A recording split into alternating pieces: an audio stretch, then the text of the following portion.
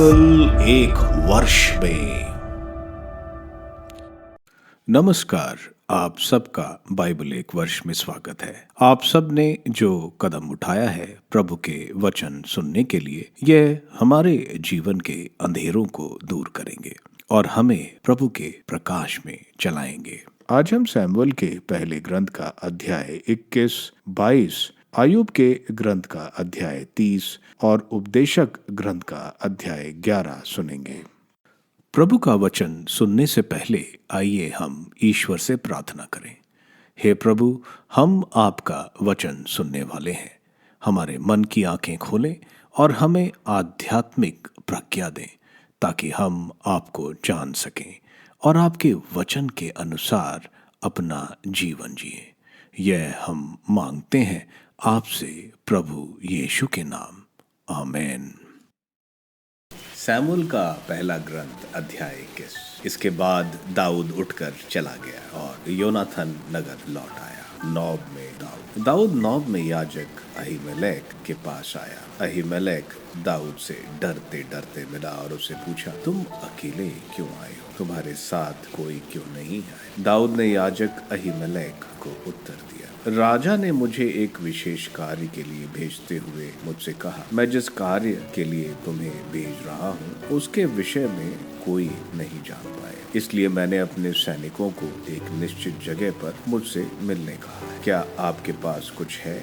मुझे 5 रोटियां दे या वही जो आपके पास हो। याजक ने दाऊद से कहा, मेरे पास साधारण रोटियां नहीं है, केवल पवित्र रोटियां हैं। क्या वे सैनिक स्त्री संसर्ग से दूर रहे हैं? दाऊद ने याजक को उत्तर दिया, हमारा संसर्ग स्त्रियों से नहीं हुआ। जब मैं साधारण कामों के लिए बाहर निकलता हूँ तब सैनिकों के शरीर शुद्ध रहते हैं और फिर आज तो उनके शरीर और अधिक शुद्ध होंगे। इस पर याजक ने उसे पवित्र रोटियां दे दी, क्योंकि वहाँ केवल भेंट की ही रोटियां थी जो प्रभु के सामने से ताजी रोटियां रखने के समय उठा ली जाती हैं। उस दिन शाऊल का एक नौकर प्रभु के स्थान में ठहरा हुआ था। वह दोएग नामक एदोमी और शाऊल का प्रमुख चरवाहा था। दाऊद ने अहीमेलेक से पूछा, यहाँ आपके पास कोई भाला या तलवार नहीं है? मुझे राजा के काम की इतनी जल्दी थी कि मैं अपनी तलवार या कोई अन्य हथियार अपने साथ नहीं ला सका। याजक ने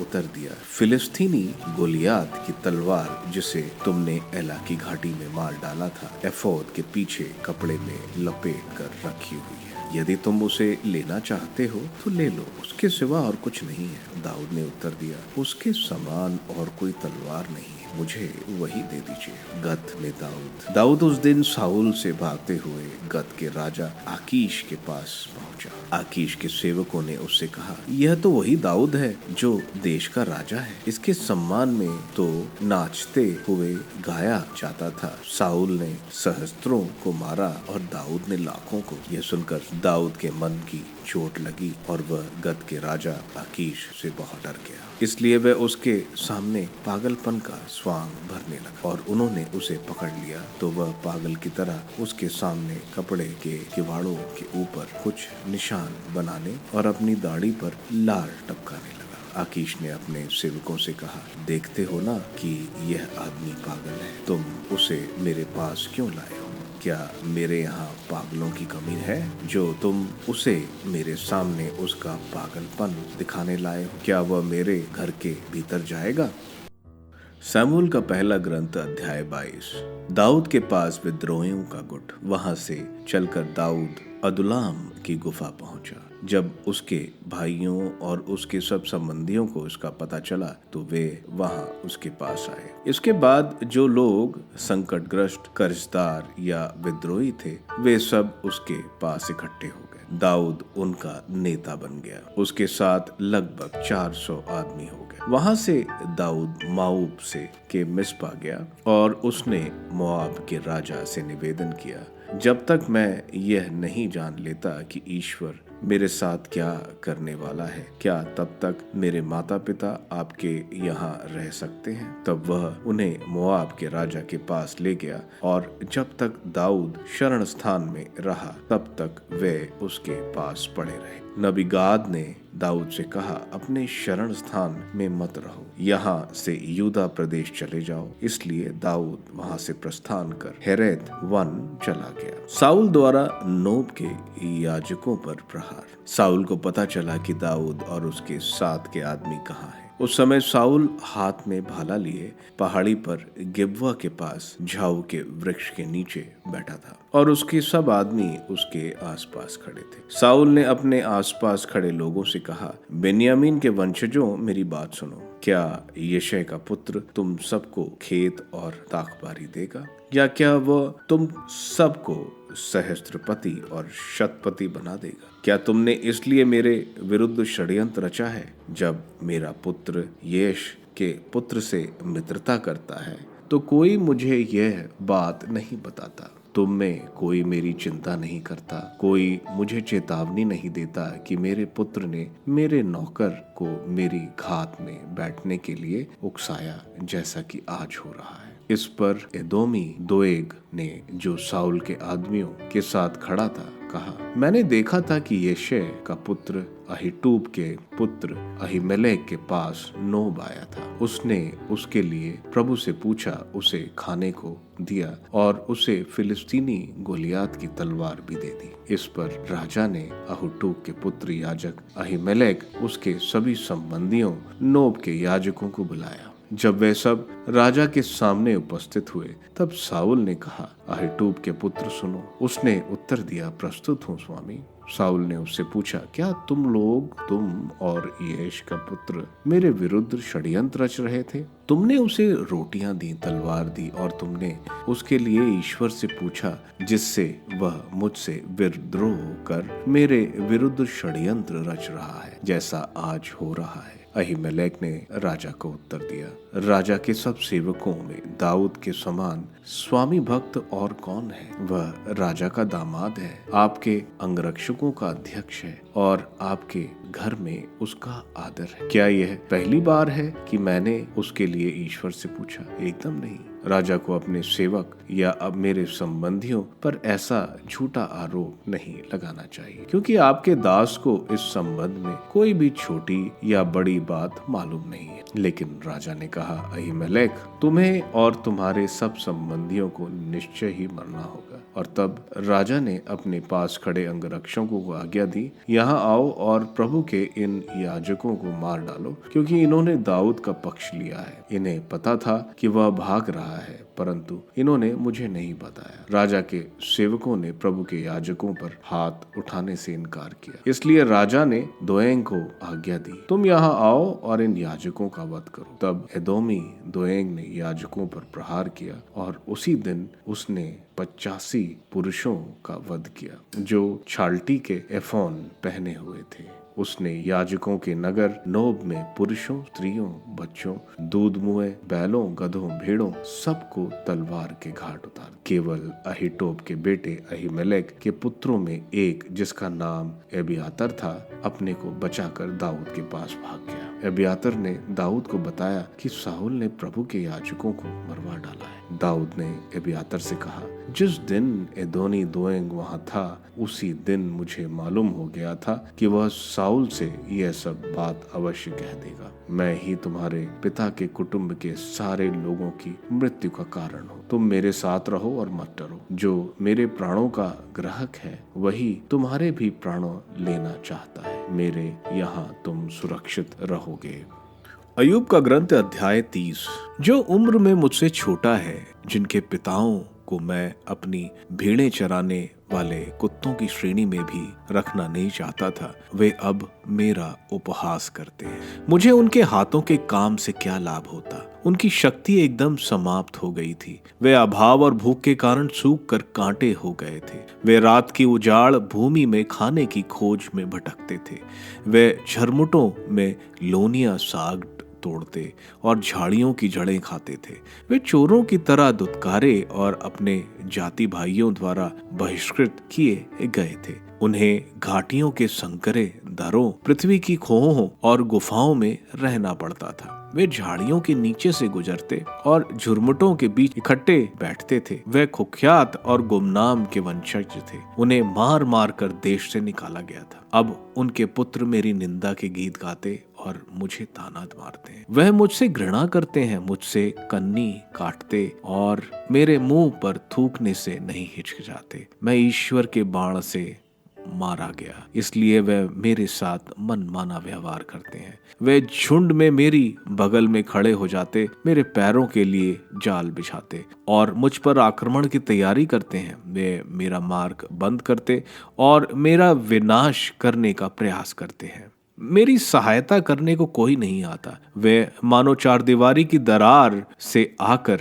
खंडरों के बीच से मुझ पर टूट पड़ते हैं। आतंक मुझे घेर लेता है। मेरी आत्मविश्वास मानो हवा से उड़ा दिया गया है। मेरी सुख शांति बादल की तरह लुप्त हो गई। अब मेरे प्राण निकल रहे हैं। कष्ट के दिन मुझे घेरे रहते हैं। मेरी हड्डियां रात भर रौंदी जाती है। पीड़ा मुझे सोने नहीं देती। वह बलपूर्वक मुझे कुर्ता कस कर पकड़ता है। वह गर्दनी की तरह मुझे जकड़ता है। उसने मुझे कीचड़ में पटक दिया। मैं मुट्ठी भर धूल और राख बन गया हूँ। मैं तेरी दुहाई देता किंतु तू नहीं सुनता। मैं तेरे सामने खड़ा रहता किंतु तू मेरी ओर नहीं देखता। तू मेरे साथ कठोर व्यवहार करता और पूरी शक्ति से मुझे थप्पड़ मारता है। तू मुझे उठाकर हवा में उड़ाता और मुझे आंधी में उछाल देता है। मैं जानता हूँ तू मुझे मृत्यु के हाथ देगा, वहां पहुंचा देगा जहां सब जीवितों को जाना है। मैंने दरिद्र पर हाथ नहीं उठाया जब वह अपनी विपत्ति में मेरी दुहाई देता था। क्या मैंने दुखियों के साथ शोक नहीं मनाया, दरिद्रों के साथ सहानुभूति नहीं दिखाई? मैं सुख शांति की राह देखता रहा किंतु मुझे दुर्भाग्य मिला। मैं ज्योति की प्रतीक्षा करता रहा किंतु मुझ पर अंधकार छा गया। मेरा हृदय अशांत रहता है क्योंकि मेरे बुरे दिन आ गए। मैं उदास होकर मारा मारा फिरता हूँ। मैं सभा में खड़ा होकर अपना दुखड़ा रोता हूँ। मैं गीदड़ों का भाई, शतुरमुर्गों का साथी बन गया हूँ। मेरा चमड़ा काला होकर छिल रहा है। मेरी हड्डियां ताप से सूख गई हैं। मेरी वीणा से शोक के संगीत आता है और मेरी बांसुरी से रुदान का स्वर। उपदेशद ग्रंथ अध्याय 11। अपना कर्तव्य करो। अपनी रोटी जलाशय की सतह पर बिखेरो। किसी न किसी दिन उसे फिर पा जाओगे। अपान धन 7 या 8 लोगों में बांट दो, क्योंकि तुम नहीं जानते कि पृथ्वी पर कौन सी विपत्ति आ पड़ेगी। जब बादल पानी से भर जाते हैं तो वे पृथ्वी पर बरसते हैं। पेड़ चाहे दक्षिण की ओर गिरे या उत्तर की ओर, वह जहाँ गिरता वहीं पड़ा रहता है। जो हवा पर ही ध्यान रखता वह नहीं बोता, जो बादलों की ओर देखता रहता वह नहीं लूनता। जिस तरह तुम नहीं जानते कि प्राण कहाँ जाते और माता के गर्भ में शरीर कैसे बनता है, उसी तरह तुम ईश्वर का कार्य नहीं समझ सकते जिसने सब कुछ बनाया है। तुम प्रातः अपने खेत में बीज बोओ और संध्या तक काम करते रहो, क्योंकि तुम नहीं जानते कि तुम्हें किस काम में सफलता मिलेगी, इसमें या उसमें अथवा दोनों में। जीवन का आनंद। ज्योति मधुर लगती है और आंखें सूर्य के प्रकाश देखकर प्रसन्न होती हैं। यदि मनुष्य वर्षों तक जीता रहता है तो उन सब का आनंद मनाए, किंतु उसे याद रहे कि बुरे दिनों का अभाव नहीं और जो बाद में आएगा वह सब व्यर्थ है। युवक, अपनी जवानी में आनंद मनाओ, अपनी युवावस्था में मनोरंजन करो, अपने हृदय और अपनी आंखों की अभिलाषा पूरी करो, किंतु याद रखो कि ईश्वर तुम्हारे आचरण का लेखा मांगेगा। अपने हृदय से शोक निकाल दो और अपने शरीर से कष्ट दूर कर दो, क्योंकि जीवन का प्रभात क्षण भंगुर है। सामुएल के ग्रंथ के अध्याय 21 में हम देखते हैं, साउल ने दाऊद के खिलाफ खुला फरमान घोषित कर दिया था उसको मारने के लिए। दाऊद इसलिए अपनी जान बचाकर भागता है। दाऊद एक बहुत ही मुश्किल दौर से गुजर रहा है, लेकिन ईश्वर उसको राजा बनाने को तैयार कर रहे हैं। दाऊद नौब में भागता है। नौब बेंजामिन वंश के इलाके में था और यहाँ मंदिर के पुरोहित रहते हैं।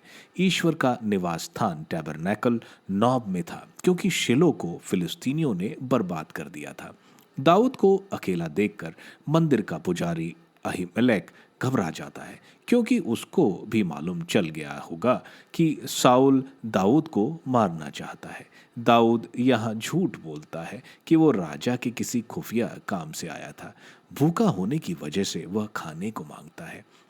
खाने को सिर्फ पवित्र रोटी यानी शोब्रेड जो ईश्वर को 12 रोटी अर्पित होती है मंदिर के पवित्र स्थल पर, इसको हर हफ्ते नई रोटियों से बदला जाता है और इसको पुरोहित ही खा सकते हैं। पुरोहित इन रोटियों को दाऊद को खाने को देता है। यह दृष्टांत प्रभु यीशु ने फरीसियों को बताया था जब फरीसियों ने प्रभु के शिष्यों को विश्राम दिवस पर खेत से बालें तोड़कर खाने का इल्जाम लगाते हैं।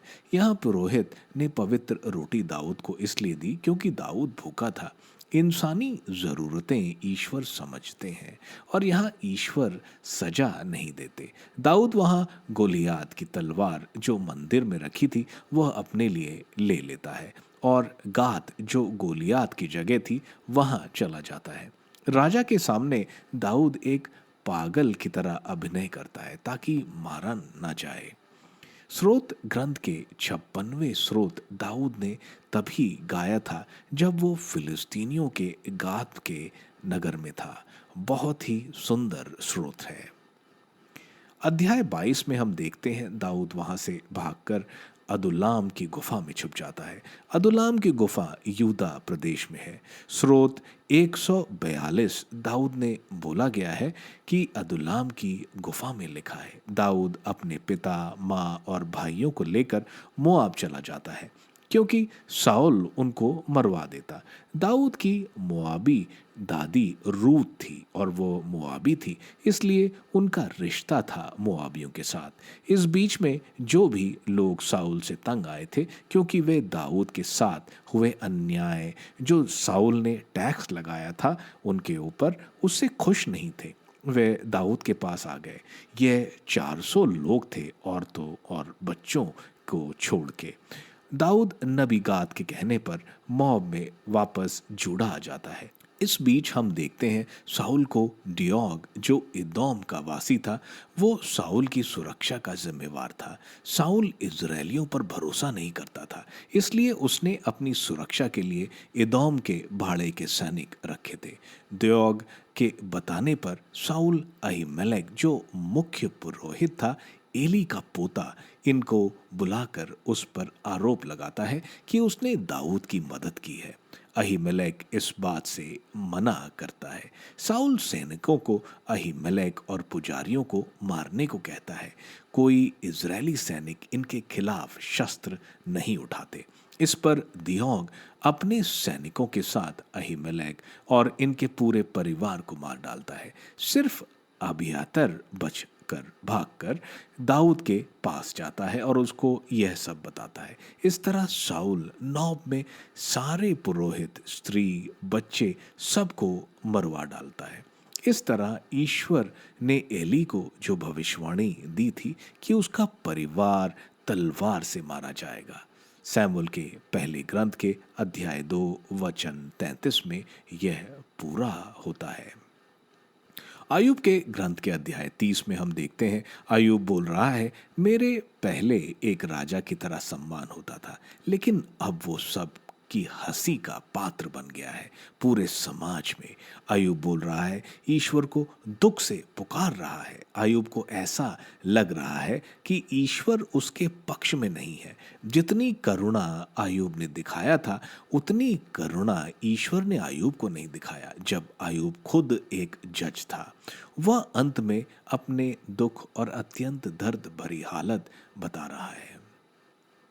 उपदेशक ग्रंथ के अध्याय 11 में जीवन की अनिश्चितता के बारे में बताया जा रहा है, इसलिए प्रज्ञा का इस्तेमाल करना जरूरी है। बताया जा रहा है अपना इन्वेस्टमेंट एक जगह नहीं रखो, उसको अलग अलग चीज़ों में डालो, क्योंकि अगर एक जगह नुकसान होता है तो दूसरी जगह मुनाफा हो जाए। अनिश्चितता की वजह से ऐसा ना हो कि कोई काम ही ना करे, इसलिए सवेरे भी काम करो और शाम को भी करो। तुम्हें नहीं मालूम कौन सा काम सफल होगा। अंत में युवा को बताया जा रहा है कि खुशियां मनाओ, लेकिन जो भी कार्य करते हो उसका हिसाब ईश्वर लेंगे। आप सबको धन्यवाद ईश्वर के वचन सुनने के लिए। मैं आपसे विनती करता हूँ कि आप बाइबल एक वर्ष में को दूसरों के साथ शेयर करें, क्योंकि प्रभु का वचन स्वयं प्रभु यीशु है। प्रभु को दूसरों को देने वालों को प्रभु की आशीष जरूर मिलेगी। मैं आप सबका बड़ी बेसब्री से कल इंतजार करूंगा। धन्यवाद।